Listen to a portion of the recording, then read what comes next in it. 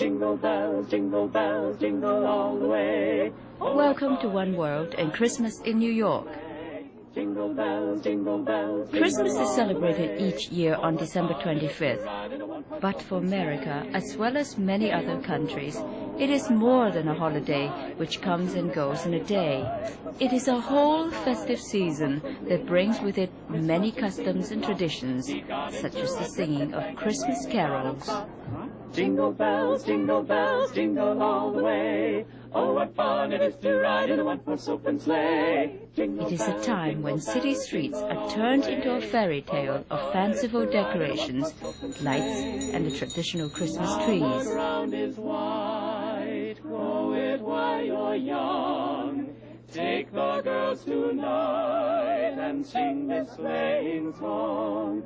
For children, Christmas is an exciting time. Wherever they look, there is something wondrous to see. A building all wrapped up to look like a present. Shop windows where mechanical puppets act out a story. And toys to satisfy the most outrageous fantasy. There is also a character named Santa Claus, who appears everywhere in all shapes and forms. This mythical figure is supposed to find out if children have been good during the year. If they have, he will fulfill their wishes on Christmas Eve, usually in the form of presents. To parents and all other grown-ups, Christmas is a time of frantic shopping, for presents and also to prepare for the holiday celebrations. So the season has become extremely commercialized, a time when department stores expect to make their biggest sales of the year. Yet the joy of Christmas extends beyond merrymaking and crass commercialism. It is also a deeply felt religious holiday commemorating the birth of Jesus Christ. Christians, Catholics and Protestants alike go to their churches like this one in Jerusalem for the sacred services that mark this special holiday. They are a solemn reminder that the very spirit of Christmas is one of giving, of sharing with others who are less fortunate. And to me, nowhere is this message taken more seriously than in America. In 1985, rich and not so rich Americans contributed $80 billion to worthy causes, including food and clothing for homeless, money for medical research, help for aging, scholarships for students, and even $2 billion in private funds for the people in foreign countries. American generosity is not just for giving money, though that's a substantial sacrifice for many. Americans also give of their time to help others. Amanda Moretti is an editor at a major news service in New York. She has a full-time job, but each Monday she walks from her office to a bus which will take her to the home of Sam Friedman, an 89-year-old gentleman who needs special help. Amanda is a volunteer with the Jewish Guild for the Blind, a non-profit private organization dedicated to help the blind and the visually impaired. He loved quiet power for the purpose Mr. of Friedman, who is almost blind, is one of the Guild's clients, and so for a few hours each week, Amanda serves as his eyes and as a discussion partner. During the 40 years which have since elapsed, that place took no... See, there's Robert Owen mentioned, right? Yeah. As quick and as alert as ever, Mr. Friedman continues the work which consumed his entire life. A labor organizer and a champion of the worker, Mr. Friedman ran for vice president of the United States under the socialist banner in 1948 and 1952. Never heard the word dissolute nest. Yeah. Yes, he was one of the earliest writers on the cooperative movement. Amanda insists that Mr. Friedman has given her more by teaching her than she has done for him by reading to him. Interfering with the viability of the nation. So, other volumes are in the possession of his family, but besides the fact that which he was so The need is so great, especially in the past several years, since government money to help the needy was so drastically cut. Services for the aging or for young people in trouble would have practically disappeared if it had not been for the generosity of the private sector of the United States. That is business, charitable foundations, and just plain citizens who provide both much-needed funds and volunteer help. Dr. Bob Johnson is an adolescent pediatrician, a doctor who specializes in treating young people between the ages of 12 and 20. Since he finished his training 12 years ago, Dr. Johnson has worked in this youth recreation and learning center called The Door. Here, troubled, sick, runaway, or homeless youths can come for food, company, medicine, and most important, the helping hand and guidance to become responsible, self-sufficient citizens. With this patient, Dr. Johnson is trying to help him stop smoking by hypnotizing him and suggesting how very bad it is for him to smoke. Very, very light. Very light. Very light. Very light. It's rising higher. Jay had been smoking extensively, 2 packs of cigarettes a day for the last 4 or 5 years, and he was beginning to experience some difficulty in breathing. He would report that he would have burning in his chest whenever he breathed. And he tried a number of different methods to stop smoking, and none of them worked. So 2 weeks ago, I suggested to him that we begin to use hypnosis to control his smoking, and he was very eager to do it, and he was very successful. He went from 2 packs a day to less than 2 a day in 1 day. Dr. Johnson's job is complex.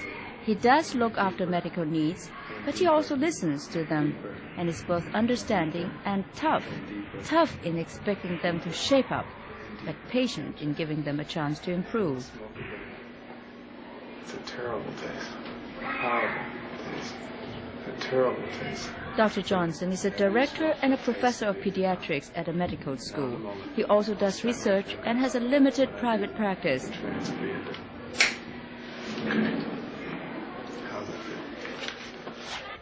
The need for Dr. Johnson and his colleagues at The Door is obvious when we see how many young people wait to see them. Yet medical facilities are just part of this center. There's also job counseling and tutoring.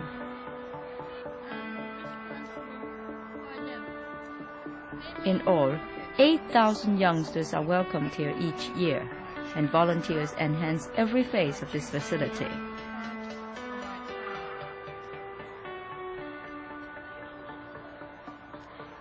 Probably the most difficult volunteering is done by people like Suki Rosenbaum with the Coalition for the Homeless, another non-profit organization. She comes to this train station several times a week to bring food and other necessities to people who have no home but a small corner of this terminal.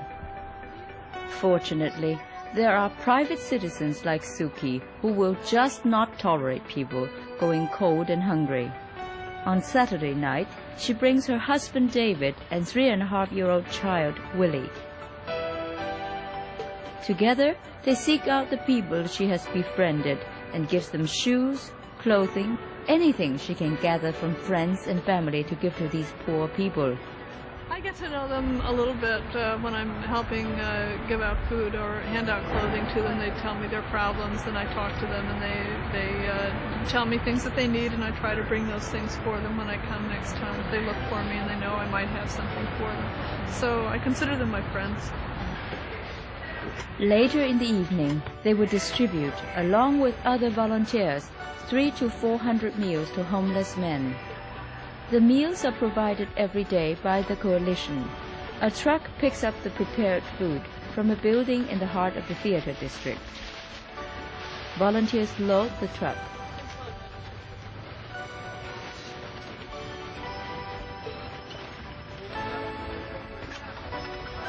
Finally, it is ready to drive the few blocks to the station, where the men line up to get their meals.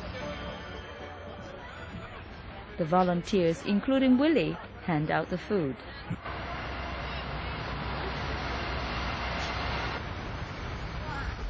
It seems to me such a dismal task, so I asked them each in turn why they came. I thought this would be a good way to help. There's a big homeless problem, especially in New York City. It's the rich and most prosperous city in the world, and to have the homeless the way we have the homeless here is wrong. Someone has to do something. I can't live my life surrounded by all of this abundance that we have and see all of these poor people who need this help. Willie, do you enjoy this? Yeah. But there is a point where volunteers can do little. It is simply money and more money that is needed. Money to continue work in cancer at the prestigious Memorial Sloan Kettering Cancer Hospital in New York. We are in a laboratory where research on bone marrow transplantation for childhood leukemia is going on. Dr. Nancy Kernan, head of the lab, has two primary goals: to study ways to make transplantation easier for current patients, and to study how transplantation can be used on more types of leukemia. The careful, intricate work starts as blood samples are brought in.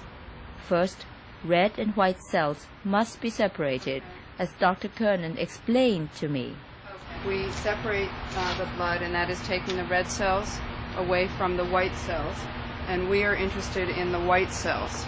And we are studying different aspects of the white cells to see whether they will function normally in a patient after they've received a bone marrow transplant. To study these white cells, because our patients have very few numbers of cells, we have to work out a way to grow up the cells and make more of them to study them. And we start the growing of the cells in small little plates like this, where we put the white cells into small little wells, and they start to grow in there. The cells now that you saw being looked at under the microscope were collected and transferred to these larger wells, and these have been in wells now for about 2 weeks, and every Monday and every Thursday they require feeding with special media which we make here, and the cells will proliferate and expand to the millions of cells which we need to study. And where does the money for this research come? About half from government grants and half through private fundraising. Often the easiest way to raise money is to have a party and charge each person admission fees.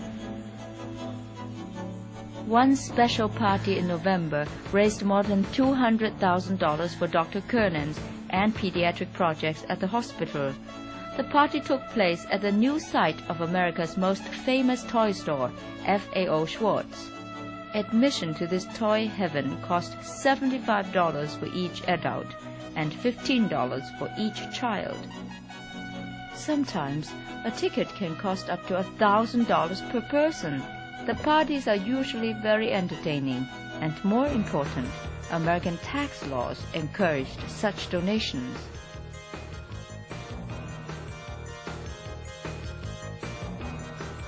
The Schwartz party generated publicity for the store just at a time when the big Christmas shopping season was about to begin. So, here in America, personal and business interests help to fill the public needs. Generous money and services are freely given in the spirit that is at the very heart of Christmas.